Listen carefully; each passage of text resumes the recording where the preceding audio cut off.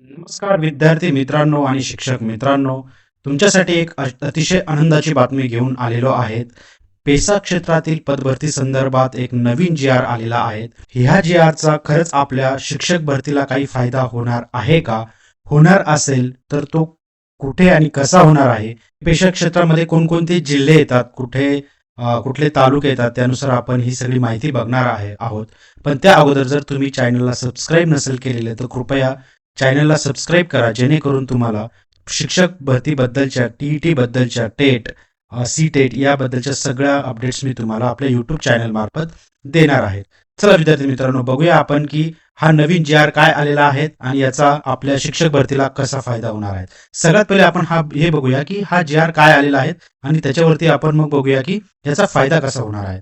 चला मित्रांनो, सगळ्यात पहिले बघा की हा जो फायदा आहे, हा जो जी-आर आहे, ह्या जी-आर मध्ये काय दिलेलं आहे ते आपण सगळ्यात पहिले बघूया. माननीय सर्वोच्च न्यायालयाने पेसा क्षेत्रातील पदभरती संदर्भात याचिकांवर दिनांक 6/10/2025 व दिनांक 17/11/2025 रोजी दिलेल्या निर्णयाच्या अनुषंगाने पेसा क्षेत्रातील 17 संवर्गातील पदभरतीबाबत मार्गदर्शक सूचना देण्याबाबतचा हा जी-आर आहे.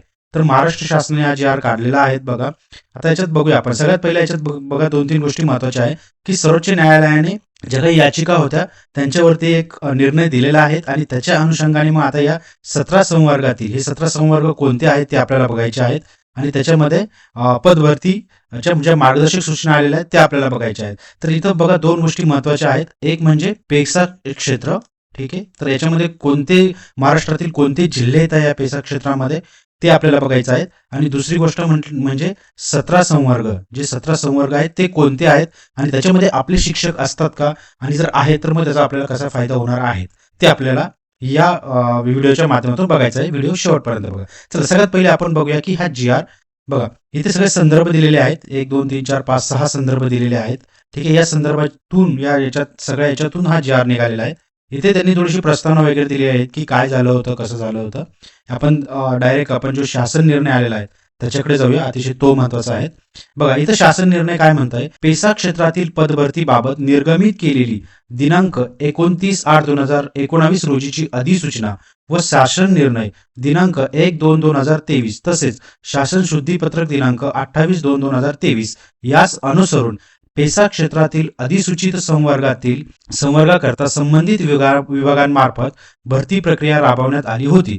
तथापि जाहिरातीनुसार सुरू झालेली व निवडीच्या अंतिम टप्प्यावर पोहोचलेली भरती प्रक्रिया दिनांक 29/8/2019 रोजीची अधिसूचना माननीय सर्वोच्च न्यायालयात आव्हानित झाल्यामुळे पेसा क्षेत्रातील पदभरती करण्यात येणार नाही, असे माननीय सर्वोच्च न्यायालयास शासनाच्या वतीने आश्वासित करण्यात आले होते. म्हणजे आपली जी 2022 ची टेट मार्फत जी भरती झालेली होती मित्रांनो, त्याच्या अगोदर 2019 मध्येच पेसा क्षेत्रातील जेवढी पदभरती होती ती थांबवण्यात आलेली होती, ठीक आहे. माननीय सर्वोच्च न्यायालयाच्या अनुसार ती थांबवण्यात आलेली होती. त्याच्यामुळे जी टेट 2022 झाली होती त्यावेळेस पेसा क्षेत्रातील पदभरती झालेली नव्हती. तिथे माझ्यामध्ये कॉन्ट्रॅक्ट पद्धतीने भरल्या गेलेली होती. जे शिक्षक वगैरे होते किंवा बाकीचे जे काही 17 संवर्गातील पदे होते ते कॉन्ट्रॅक्ट पद्धतीने भरल्या गेलेले होते. त्याच्यामुळे काय झालं होतं की जे त्या जागा पण आता मिळण्याची चान्सेस आहेत. आपल्याला चान्सेस नाही, आपण पुढे बघूया, ते मिळणार आहे आपल्याला. आता माननीय पुढे आपण हा जी-आर वाचूया. आता माननीय सर्वोच्च न्यायालयाने दिनांक 6/10/2025 व दिनांक 17/11/2025 रोजीच्या निर्णयावे पदभरतीस मान्यता दिली असल्याने पेसा क्षेत्रातील अधिसूचित 17 संवर्गांची पदभरती करताना खालील प्रमाणे कार्यवाही करण्यात यावी. म्हणजे काय झालेलं आहे की आता पेसा क्षेत्रात जी बंदी आलेली होती आता ती उठल्या गेली. इन शॉर्ट, आता आपल्याला पेसा क्षेत्रामध्ये पण तिथे जागा अवेलेबल होणार आहे. जे 17 संवर्ग आहेत ते 17 संवर्गाची पदभरती तिथे होणार आहे. ही पहिली आनंदाची बातमी. चला, अनुसूचित क्षेत्रातील पुढचं आपण वाचूया. अनुसूचित क्षेत्रातील ज्या गावांमध्ये आदिवासींची लोकसंख्या 50% अधिक आहे अशा सर्व गावांमध्ये 17 संवर्गातील सरळ सेवेच्या एकूण रिक्त पदांपैकी 50% पदे अनुसूचित जमाती प्रवर्गातून भरण्यात यावीत व उर्वरित 50% पदे खुले प्रवर्गातून भरण्यात यावी.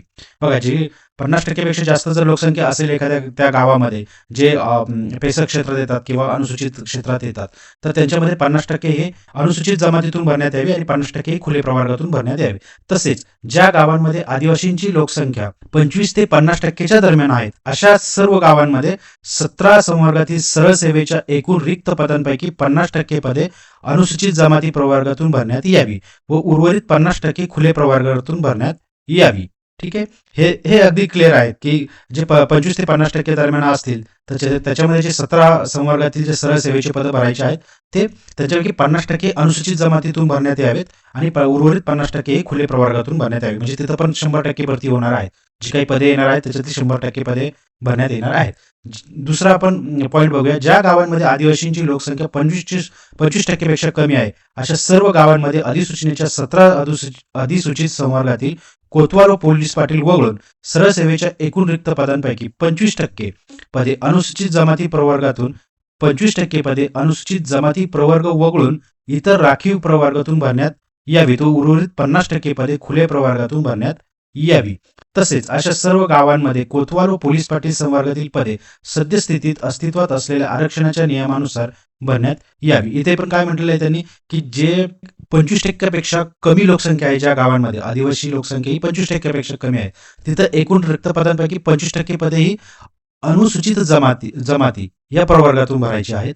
25% पदे अनुसूचित जमाती प्रवर्ग वगळून इतर जे राखीव आहेत ठीक आहे त्यांची भरली जाणार आहेत आणि उरलेली 50% पदं ही खुल्या प्रवर्गातून भरली जाणार आहेत. ठीक आहे. याची सगळा सारांश आपण पुढे बघणार आहोत. हे जरी आता थोडंसं कन्फ्युजिंग वाटत असेल किंवा नसेल समजत काही लोकांना तर आपण ते अगदी पुढे मी तुम्हाला छोट्या स्लाइडमध्ये सगळं ते समराईज करून दाखवणार आहेत. बघा तिसरा पॉईंट आहे ज्या अधिसूचित क्षेत्रातील 50% पदे अनुसूचित जमाती प्रवर्गातून भरायची आहेत त्या क्षेत्रातील पदांना परिशिष्ट अप्रमाणे आरक्षण ठेवण्यात यावे. ठीक आहे. ते आपण पुढे बघूया.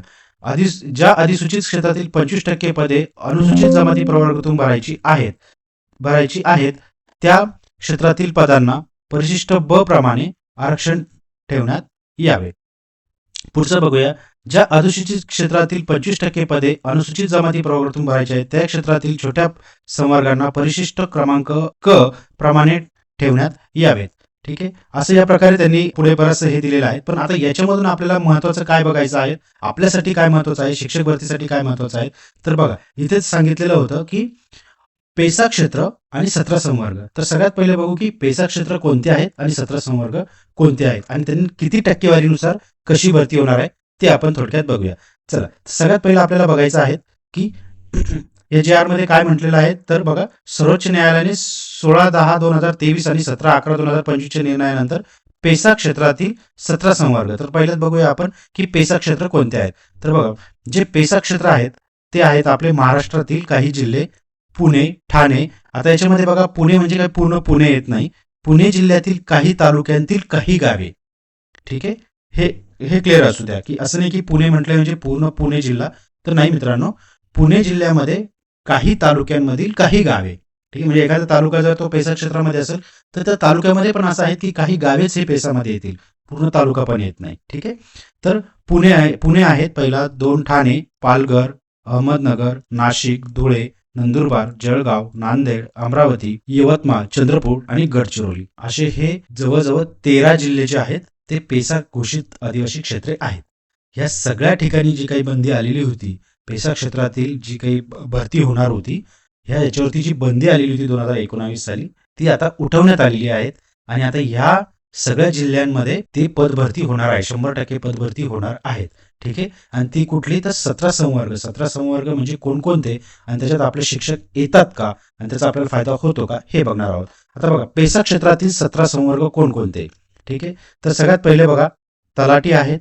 ठीक आहे. तलाठी आहे, सर्वेक्षक, ग्रामसेवक, अंगणवाडी पर्यवेक्षक, शिक्षक, अतिशय महत्वाचं शिक्षक हे सुद्धा त्याच्यामध्ये येत होतं मित्रांनो. आदिवासी विकास निरीक्षक, कृषी सहाय्यक, पशुधन पर्यवेक्षक, सहाय्यक परिचारिका, प्रसविका, बहुउद्देशीय आरोग्य सेवक आणि वन रक्षक.